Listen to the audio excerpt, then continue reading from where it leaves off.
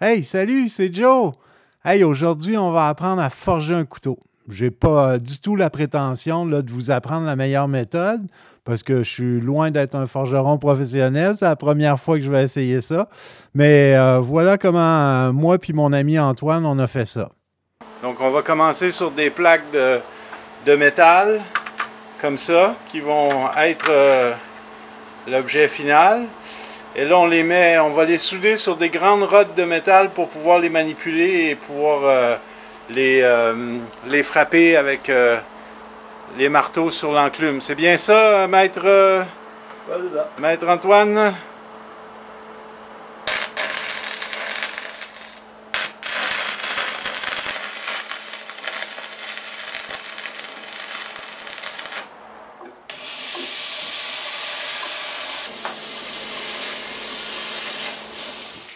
Bon, ensuite, on va avoir besoin d'une petite forge à charbon. Il n'y a pas de comparaison. C'est la chaleur charbon. C'est un charbon spécial à forge. Le charbon se présente comme ça et on a une entrée d'air au milieu de notre forge par laquelle on peut aérer le feu avec la manivelle qui fait tourner le petit ventilateur interne. Bien sûr, on a besoin d'une enclume et d'un marteau. La panoplie classique du forgeron, quoi. Finalement, moi, j'ai décidé de partir d'une vieille lime qu'on avait essayé de forger, mais le charbon était trop vieux, puis ça n'avait pas marché. Toujours là, pour garder mon optique de récupération de matériaux, je vais essayer de fabriquer mon couteau avec ça. Ça reste du très bon métal si on arrive à le travailler correctement. Bon, je ne vais pas la souder à une tige de métal, comme les autres morceaux que j'ai montrés, parce que je vais prendre des pinces pour la manipuler, elle est assez longue. On allume le feu avec du papier, bien entendu, puis on recouvre la partie qui brûle là, avec des charbons régulièrement pour faire beaucoup de braise. C'est normal que ça fume au début. Il faut continuer d'envoyer de l'air, puis à un moment donné, le feu va pogner. Bon, attention ici, hein, on voit bien qu'on fait l'erreur de se mettre dans le mauvais sens du vent.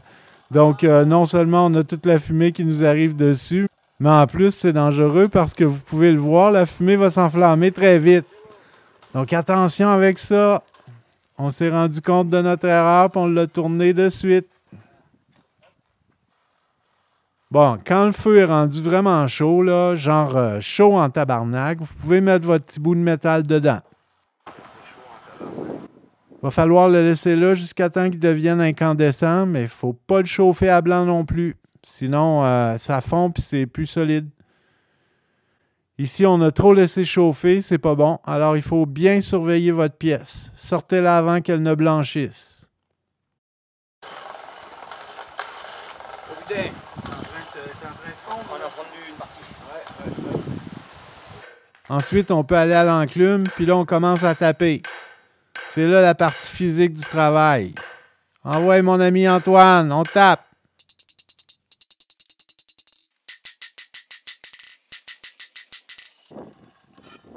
Dès que votre pièce refroidit et qu'elle n'est plus malléable, remettez-la au brasero jusqu'à ce qu'elle devienne rouge à nouveau.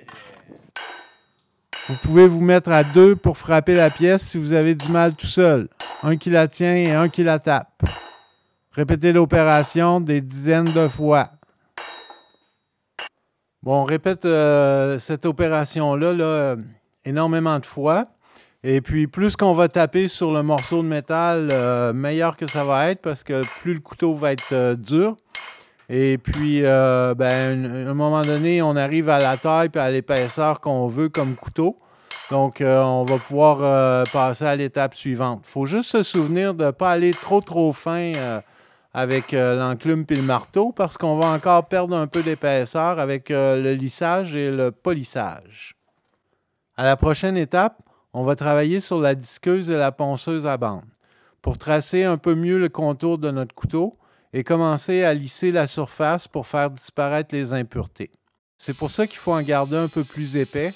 Comme ça, maintenant, vous pouvez vraiment creuser le métal. De toute façon, on fera disparaître les marques à la disqueuse après. Faites-vous plaisir à cette étape-là. Soyez créatif sur la forme de votre couteau et pensez bien à l'utilisation que vous voulez en faire.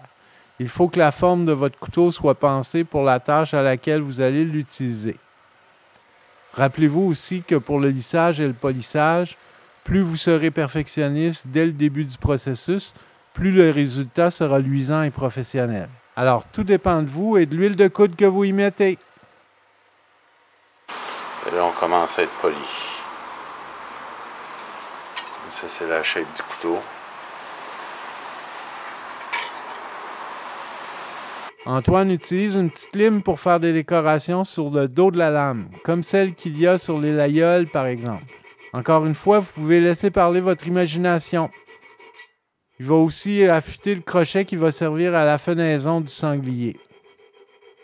Puis, on commence le polissage avec des pierres et des papiers abrasifs du grain le plus épais au grain le plus fin. Nous, on a commencé avec du 180, puis on finit sur du 8000. Mais encore une fois, ça dépend du résultat que vous voulez et du matériel que vous vous procurez. Le but de la manœuvre, c'est d'ôter toutes les marques qu'on voit, les lignes qu'on voit. À force de la polir, on s'est aperçu qu'on avait une craque qui apparaissait. J'essaie de vous la montrer. Voilà. Et là, la craque, à mesure qu'on travaille dessus, ben, elle augmente. On la voit, là, elle est en plein centre de l'écran. Tourne un peu, Antoine, s'il te plaît. Voilà. Voilà. Donc, la craque, plus qu'on travaille notre lame, plus que la craque prend de l'importance. Donc, on n'aura pas le choix. On va être obligé de couper un peu notre lame, de rétrécir. Ici. Elle est là, là. On la voit comme faux. On va être obligé de rétrécir, pour enrayer cette craque-là. Sinon, à mesure qu'on va travailler, elle va continuer et elle va casser le couteau. Hey, si vous voulez savoir si on a réussi à régler le problème, regardez la partie 2 en cliquant sur le lien de la description. N'oubliez pas de me faire des likes, de vous abonner si vous aimez mes vidéos. Il va y avoir plein de choses qui s'en viennent.